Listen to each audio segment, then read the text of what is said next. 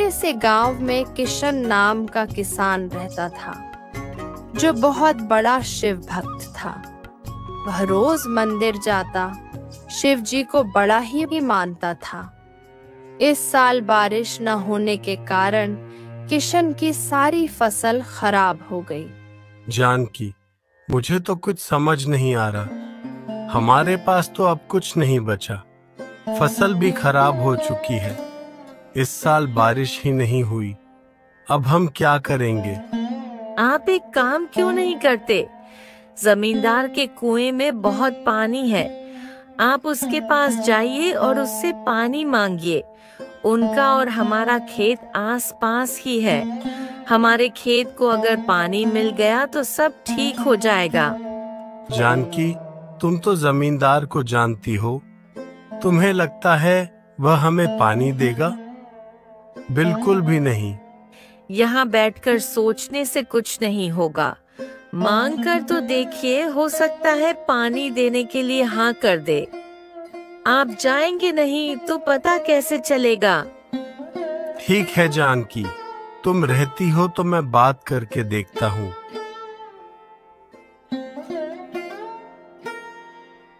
जमींदार जी, बारिश न होने के कारण मेरा खेत पूरा सूख चुका है। मुझे पानी की जरूरत है। क्या आप मुझे अपने कुएं का पानी खेत के लिए दे सकते हैं? आपकी बड़ी मेहरबानी होगी। तुमने यह सोच भी कैसे लिया कि मैं मेरे कुएं का पानी तेरे खेत के लिए दूंगा? चल निकल यहाँ से। बड़ा आया पानी मांगने। बोल तो ऐसे रहा है जैसे कुआं तेरा है। यह कुआं सिर्फ मेरा है। इस पर मेरा अधिकार है और किसी का नहीं, समझे? और मैं तुम्हें क्या, किसी को भी अपने कुएं का पानी नहीं दूंगा, चाहे तुम्हारा खेत सूख क्यों न जाए।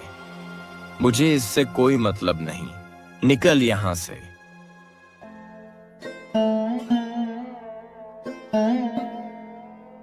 क्या हुआ जी? जमींदार ने क्या कहा?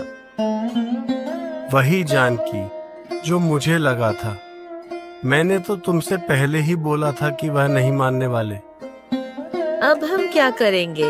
एक तो घर में भी अनाज खत्म होने को आया है। कुछ दिनों का गुजारा ही हो पाएगा, फिर हम क्या करेंगे? आप कहीं कुछ काम क्यों नहीं देख लेते? ठीक है शांति, मैं देखता हूँ अगर कहीं कोई काम मिल जाए। किशन गांव में काम ढूंढने जाता है, लेकिन उसे कहीं पर भी काम नहीं मिलता। किशन निराश होकर घर लौट आता है। कुछ दिन ऐसे ही बीत जाते हैं और घर में अनाज खत्म हो जाता है। किशन और जानकी दोनों चिंता में पड़ जाते हैं। सुनिए जी, आज तो खाने को कुछ भी नहीं है। थोड़ा सा चावल बचा था, वह मैंने मुन्नी को दे दिया है। आज हमें भूखा ही सोना पड़ेगा। और ऐसा कब तक चलेगा जी? हम तो भूखा रह लेंगे, लेकिन अपनी छोटी सी बच्ची को भूखा कैसे रखेंगे? आपको कुछ ना कुछ करना ही पड़ेगा। क्या करूं जानकी, मेरी तो किस्मत ही खराब है। मैं हर तरह की कोशिश करके देख चुका हूँ, कहीं कोई काम ही नहीं मिल रहा। इस साल तो फसल भी नहीं बची।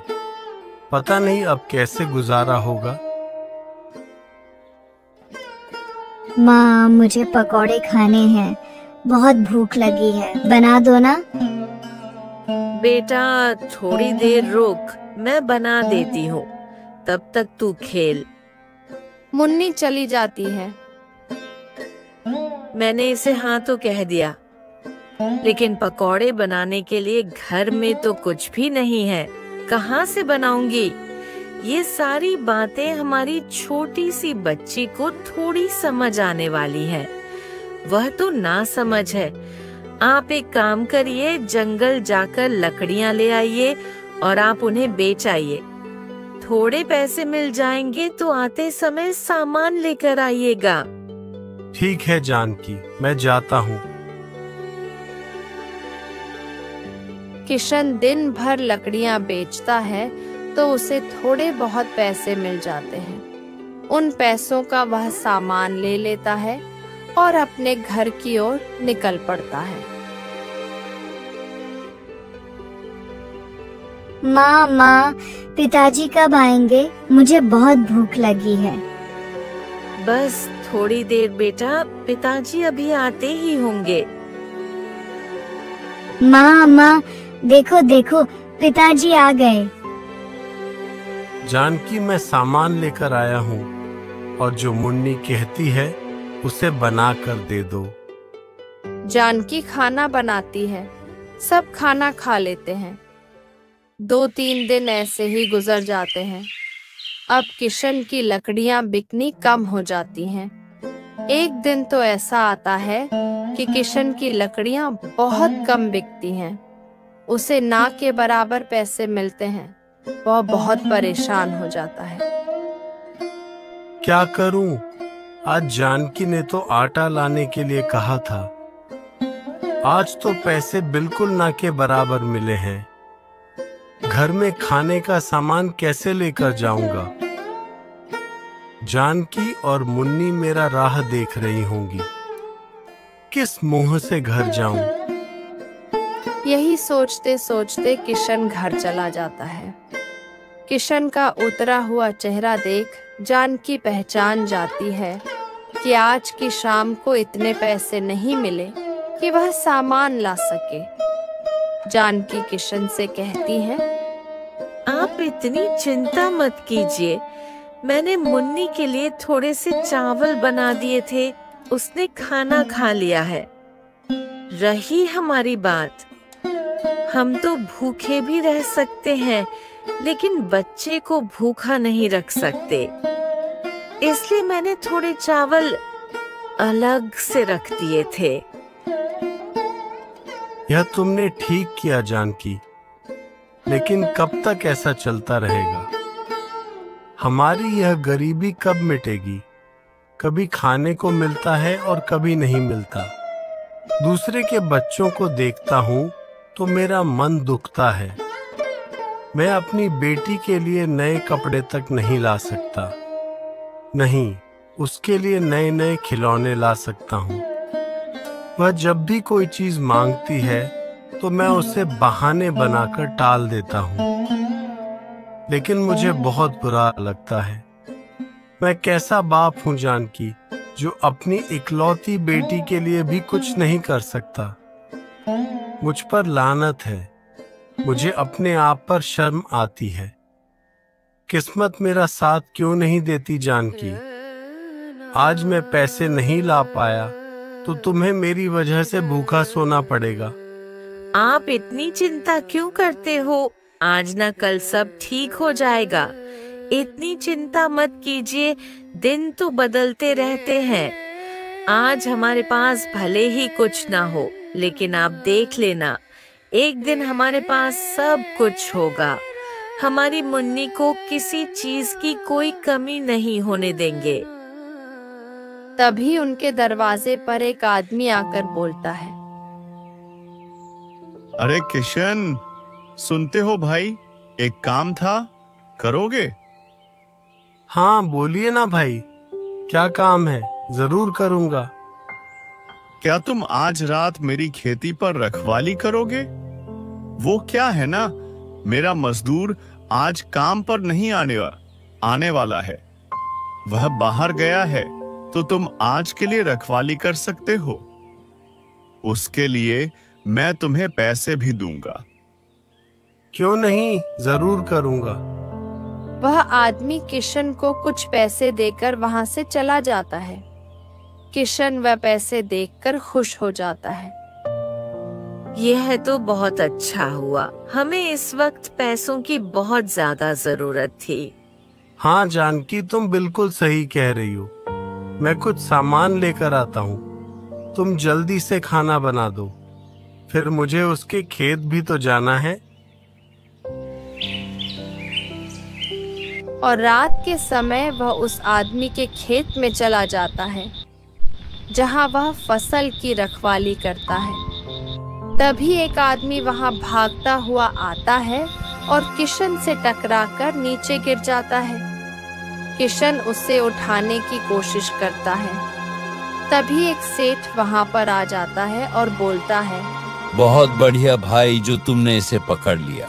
यह मेरे सोने के सिक्के लेकर भाग रहा था। यह चोर है। अच्छा हुआ जो तुम यहाँ पर थे और तुमने इसे पकड़ लिया, नहीं तो मैं तो आज लूट ही जाता। माफ कर दो साहब, मैं आइंदा ऐसा नहीं करूंगा। इस बार जाने दो, माफ कर दो।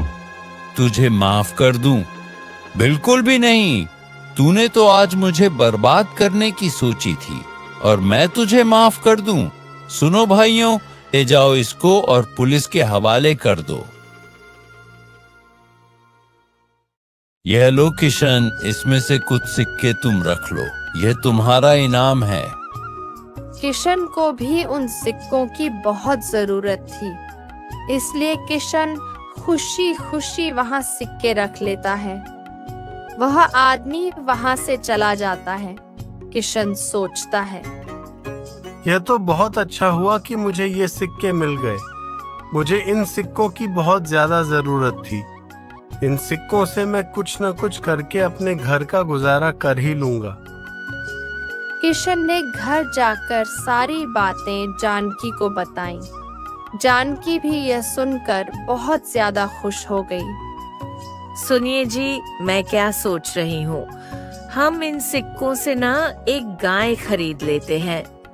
अगर हमारे पास गाय आ गई तो हम उसका दूध बेचकर और पैसे कमा सकेंगे और हमें इसी तरह रोजगार भी मिल जाएगा।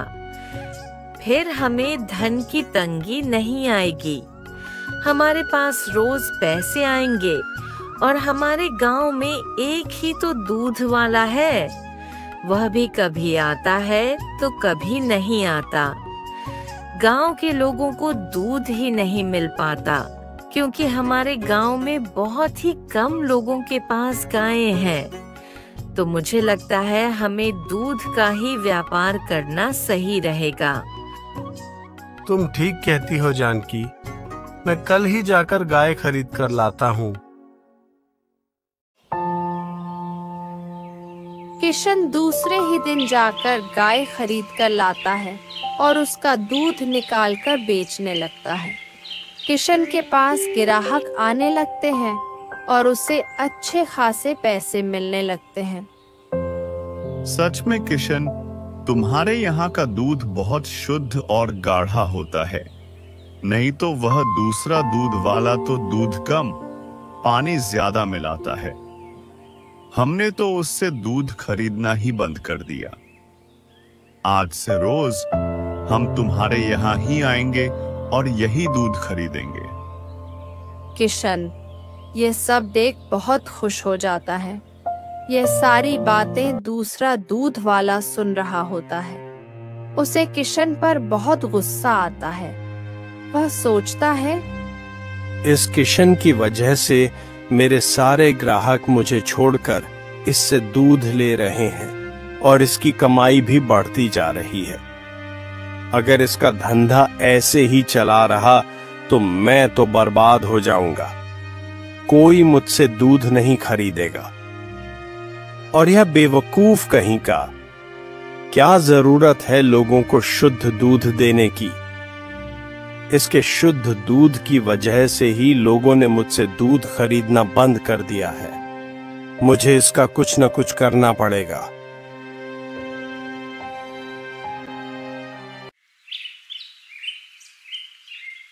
कुछ दिन ऐसे ही बीत जाते हैं। एक दिन किशन दूध बेचने के लिए खड़ा ही होता है। तभी एक कुत्ता भागता हुआ आता है और दूध की क्याटली को नीचे गिरा देता है और सारा दूध नीचे गिर जाता है। किशन को बहुत ज्यादा दुख होता है। उसका नुकसान हो जाता है। दुखी मन से घर जाता है और जानकी को सारी बातें बताता है। अगले दिन किशन गाय के पास जाता है। देखता है तो वहाँ गाय ही नहीं होती। यह क्या? गाय कहाँ चली गई? कहीं मेरी गाय चोरी तो नहीं हो गई है? हे भगवान, यह तूने क्या किया? अब मैं क्या करूंगा? यह गाय ही तो मेरे रोजगार का जरिया थी। इसके भरोसे तो मेरा घर चल रहा था। कल तूने दूध गिराकर मेरा इतना बड़ा नुकसान कर दिया और आज गाय ही चोरी हो गई। ये हो क्या रहा है मेरे साथ? जब भी थोड़े खुशियों के दिन आते हैं तो तू छीन लेता है। अब मैं क्या करूंगा? ये आप क्या कह रहे हैं जी?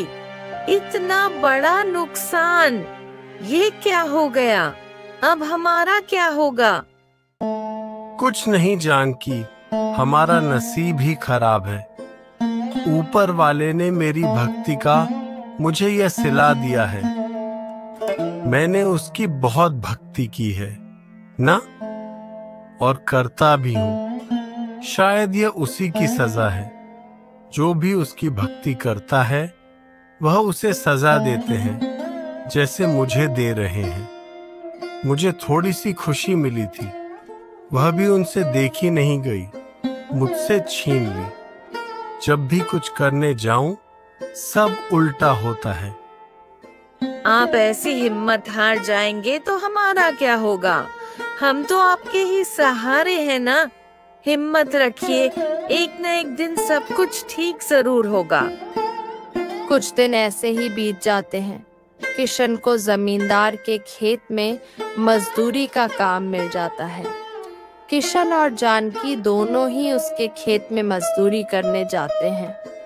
एक दिन एक आदमी दौड़ता हुआ आता है और बोलता है, अरे किशन, किशन, जल्दी चलो, तुम्हारी बेटी को सांप ने काट लिया है, जल्दी चलो। यह सुनकर किशन और जानकी के हाथ पांव फूलने लगते हैं। दोनों बहुत घबरा जाते हैं और दौड़कर अपने घर की ओर जाते हैं। अरे जल्दी से वेद जी को बुलाकर लेकर आओ, नहीं तो पता नहीं क्या होगा। जल्दी जाओ, नहीं तो यह बच्ची नहीं बच पाएगी। किशन दौड़ता हुआ वेद जी के पास जाता है, लेकिन वेद जी वहाँ नहीं होते और जोर की बारिश होने लगती है। अब मैं क्या करूं? वेद जी तो यहाँ नहीं है, मुझे दूसरे गांव जाना होगा। मुझे जल्दी करनी होगी, नहीं तो मैं मेरी बच्ची को खो दूंगा। आज अगर मेरी बच्ची को कुछ हुआ तो आज के बाद मैं ईश्वर को मानना ही छोड़ दूंगा। बहुत हो चुका। मैं जितना सहन कर रहा हूँ उतना ही ईश्वर मुझे तकलीफ दिए जा रहे हैं। मेरी मुसीबत कम होने का नाम ही नहीं ले रही। आज के बाद मैं ईश्वर को मानना ही छोड़ दूंगा। किशन बारिश में ही दौड़ता हुआ दूसरे गांव की ओर बढ़ जाता है। नदी पार करते समय किशन का पैर फिसल जाता है और वह नदी के बहाव में आ जाता है। तभी एक बाबा जाकर उसे बचाते हैं। अरे बेटा, तुम ठीक तो हो? तुम्हें कहीं चोट तो नहीं लगी? किशन जोर जोर से रोने लगता है। क्या हुआ बेटे, बहुत परेशान हो? आपने मुझे क्यों बचाया बाबा? मैं मर जाता तो ही अच्छा था। मेरी बेटी जिंदगी और मौत के बीच जूझ रही है। उसके लिए मुझे एक वैद्य नहीं मिल पा रहा। बाबा, ईश्वर इतने कठोर कैसे हो सकते हैं कि अपने भक्तों को इतना दुख देते हैं? उनको अपने भक्तों का दुख, उनकी पीड़ा दिखाई नहीं देती। यह कैसा ईश्वर है? मुझे तो अपने आप पर शर्म आ रही है कि मैं ऐसे ईश्वर की भक्ति करता रहा जिसने सिर्फ मुझे आज तक दुख ही दुख दिया है। जब भी मुझे कोई सुख मिलता है उसे देखा नहीं जाता, वह मुझसे छीन लिया जाता है। आज तो उसने हद ही कर दी। आज उसने मेरी बेटी की जान पर बनाई है। पता नहीं मेरी बच्ची जिंदा होगी भी या नहीं। और तो और उसने मेरी भी जान लेनी चाहिए। उसने एक बार भी मेरे परिवार के बारे में नहीं सोचा। मैं आज से ईश्वर का त्याग करता हूँ। आज के बाद मैं कभी भी ईश्वर पर भरोसा नहीं करूंगा, क्योंकि वह भरोसे लायक है ही नहीं। उसने बार बार मेरा भरोसा तोड़ा है। अब नहीं, बहुत हो चुका बाबा। तुम्हारी सोच गलत है बेटा। तुमने ईश्वर को समझा ही नहीं। ईश्वर क्या है? ईश्वर कभी भी अपने भक्तों का बुरा नहीं करते। जब भी कुछ बुरा होने वाला होता है, वह अपने भक्तों की रक्षा करने आते हैं और उन्हें बचाते हैं, जैसे आज तुम्हें बचाया है। ये आप क्या कह रहे हैं बाबा? आप जैसा कह रहे हो वैसा कुछ नहीं है। ईश्वर है ही नहीं। अगर होते तो यह सब कुछ नहीं होता। मैं तुम्हें समझता हूँ। मेरी बात ध्यान से सुनो, तब तुम्हें सब समझ में आ जाएगा। तुम्हें तुम्हारे हर सवाल का उत्तर मिल जाएगा। जब तुम्हारे घर में खाने को एक दाना तक नहीं था, तब तुम्हारे यहाँ पैसे देकर खेत की रखवाली करने के लिए जो आया था, वह कोई और नहीं, ईश्वर ही था, ताकि उन पैसों से तुम्हारे घर का गुजारा हो सके। ये सब ईश्वर की ही माया थी कि तुम उसी दिन खेत में रखवाली करने गए और उसी दिन तुम्हारे हाथों अनजाने में एक चोर पकड़ा गया, जिसके इनाम स्वरूप तुम्हें कुछ सिक्के मिल गए। वह देने वाला भी ईश्वर ही था। उन सिक्कों से तुमने व्यापार शुरू किया और तुम्हारा घर बड़े आराम से चलने लगा। यह सब ईश्वर ने ही किया था। और मेरा जो इतना बड़ा नुकसान हो गया, यह भी ईश्वर ने ही किया था। बोलिए ना बाबा। तुम दूध बेचने लगे थे, तुम्हारी अच्छी कमाई होने लगी थी। यह बात देखकर दूसरा दूध वाला तुमसे जलने लगा और उसने जानबूझकर तुम्हारे दूध में जहर मिला दिया। अब तुम ही सोचो, अगर जहर मिलाया हुआ दूध तुम लोगों को बेच देते तो कई लोगों की जान चली जाती और सारा इल्जाम तुम पर आ जाता। ईश्वर ने तुम्हें इन सब से बचाया है। तुम्हारा नुकसान नहीं किया, बल्कि तुम्हें बहुत बड़ी मुसीबत से बचाया है। तुमने उसकी भक्ति बहुत की है और वह भी दिल से की है, इसलिए तुम बच पाए। नहीं तो आज तो अनर्थ हो जाता। आज तुम्हारी भक्ति ने ही तुम्हें बचाया है, नहीं तो नदी में गिरकर तुम्हारी जान चली जाती। आज अगर तुम जिंदा हो तो इस ईश्वर की वजह से जिंदा हो। और तुम अपनी बेटी के बारे में चिंता मत करो, ईश्वर ने तुम्हारी वह चिंता भी मिटा दी है। आज तुम्हारी बेटी तुमसे छिन जाती, लेकिन ईश्वर ने साक्षात जाकर उसे बचाया है। तुम यहाँ से अपने घर जाओ, तुम अपनी बेटी को स्वस्थ पाओगे। उसे कुछ नहीं हुआ है, वह बिल्कुल ठीक है। ये सब ईश्वर ने ही किया है और तुम उन्हें धन्यवाद देने की बजाय बुराई कर रहे हो। माफ करना बाबा, पता नहीं मुझे क्या हो गया था। मैं ईश्वर पर भरोसा खो बैठा था। मुझसे गलती हो गई, मुझे माफ कर दीजिए। बेटा, ईश्वर परीक्षा बहुत लेते हैं, लेकिन उस परीक्षा में भी वह कहीं न कहीं हमारे साथ ही होते हैं। कई बार पिछले जन्म के कर्म होते जो हमें इस जन्म में भुगतने पड़ते हैं। हमें उन परीक्षाओं का सामना डटकर करना चाहिए, न कि हिम्मत हारकर। वैसे मैं तुम्हें बता दूं कि तुम्हारी परीक्षा यहीं समाप्त होती है। इसके बाद तुम्हारा भविष्य उज्जवल ही उज्जवल है। अब तुम्हें किसी मुसीबत का सामना नहीं करना पड़ेगा। तुम्हारे दुख भरे दिन यहीं समाप्त होते हैं। आज के बाद तुम जो भी काम करोगे, तुम्हें उसमें सफलता प्राप्त होनी ही होनी है। तुम्हें वह सब कुछ मिलेगा जो तुम चाहते हो। जाओ बेटा, घर जाओ। तुम्हारा परिवार तुम्हारी राह देख रहा होगा। यह सब सुन किशन बहुत खुश हो जाता है और दौड़ते हुए अपने घर जाता है। घर जाकर देखता है तो उसकी बेटी ठीक होती है। वह अपनी बेटी को देखकर चौंक जाता है और जानकी से पूछता है, जानकी, इसे तो सांप ने काटा था ना? फिर इसका इलाज किसने किया? यह तो बिल्कुल स्वस्थ दिख रही है। ये कैसे हुआ? हमारे गांव में वैद्य जी थे ना, वही आए थे। उन्होंने ही इसका इलाज किया है। और देखिए ना, पता नहीं कैसे चमत्कारी जड़ी बूटी लगी, हमारी बेटी तो बिल्कुल उठ पड़ी। ऐसा लग रहा है जैसे इसे कुछ भी नहीं हुआ था, बिल्कुल स्वस्थ है। यह तो चमत्कारी हो गया। और आप कहाँ चले गए थे? हम आपको ढूंढ रहे थे। इतनी देर कहाँ लगा दी? किशन सोच में पड़ जाता है। जानकी, इसका इलाज किसी व्यक्ति ने नहीं, साक्षात ईश्वर ने किया है। वैद्य जी तो इस गांव में थे ही नहीं। मैं उनके घर गया था। उनकी पत्नी ने कहा कि वह 2-3 दिन के लिए बाहर गए हैं। फिर वह यहाँ कैसे आते?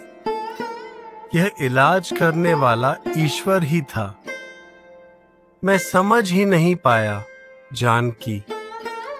ईश्वर तो हर वक्त, हर कदम पर मेरे साथ ही थे। उन्होंने हमें एक नहीं, कई मुसीबतों से बचाया है। और सारी बातें जानकी को बताता है। सच में, आज अगर ईश्वर हमारा साथ न देते तो पता नहीं क्या अनर्थ हो जाता। आज के बाद हम इस पर कभी शंका नहीं करेंगे, चाहे कुछ भी हो जाए। आज मुझे यह बात समझ आ गई कि ईश्वर जो भी करते हैं वह हमारी भलाई के लिए ही करते हैं। जो कुछ भी होता है उसके पीछे कोई न कोई वजह जरूर होती है। चोट तो देता है, लेकिन मरहम भी वही लगाता है, वो भी ऐसा कि हम उस चोट के दर्द को भूल जाते हैं। दूसरे दिन दूसरा दूध वाला किशन के घर आता है। किशन भाई, मुझे माफ कर दो। ये लो तुम्हारी गाय। इसने तो मुझे दूध ही निकालने नहीं दिया।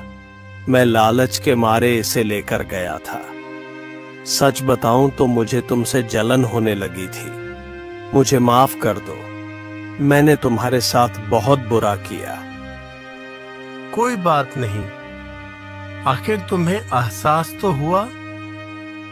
और एक बात, अगर तुम चाहते हो कि तुम्हारा काम भी अच्छा चले तो ईमानदारी से अपना काम करो, बेईमानी से नहीं, तो तुम्हारा काम भी बहुत अच्छा चलने लगेगा। लोग तुमसे भी दूध खरीदेंगे। हाँ किशन भाई, आज से मैं यही करूंगा। फिर गांव में बारिश होने लगती है। यह देखकर दोनों पति पत्नी बहुत खुश हो जाते हैं। सुनिए जी, हम फिर से बुवाई कर सकते हैं। आज तो बहुत अच्छी बारिश हुई है। दूसरे दिन किशन खेत में जाता है तो काम करते समय उसे अपने खेत में सोने के सिक्कों से भरी एक पोटली मिलती है। यह देख किशन की खुशी का ठिकाना नहीं रहता। वह बहुत खुश हो जाता है। घर जाकर जानकी को दिखाते हुए कहता है, यह देखो जानकी, यह साक्षात ईश्वर का चमत्कार है। उस दिन बाबा ने सच कहा था। आखिरकार हमारे अच्छे दिनों की शुरुआत हो चुकी है। यह देखो, इसमें कितने सारे सोने के सिक्के हैं। ये हमारे खेत में ही मिले हैं। आज के बाद हमें किसी बात की कोई कमी नहीं रहेगी। हे भोलेनाथ, तेरा बहुत बहुत शुक्रिया।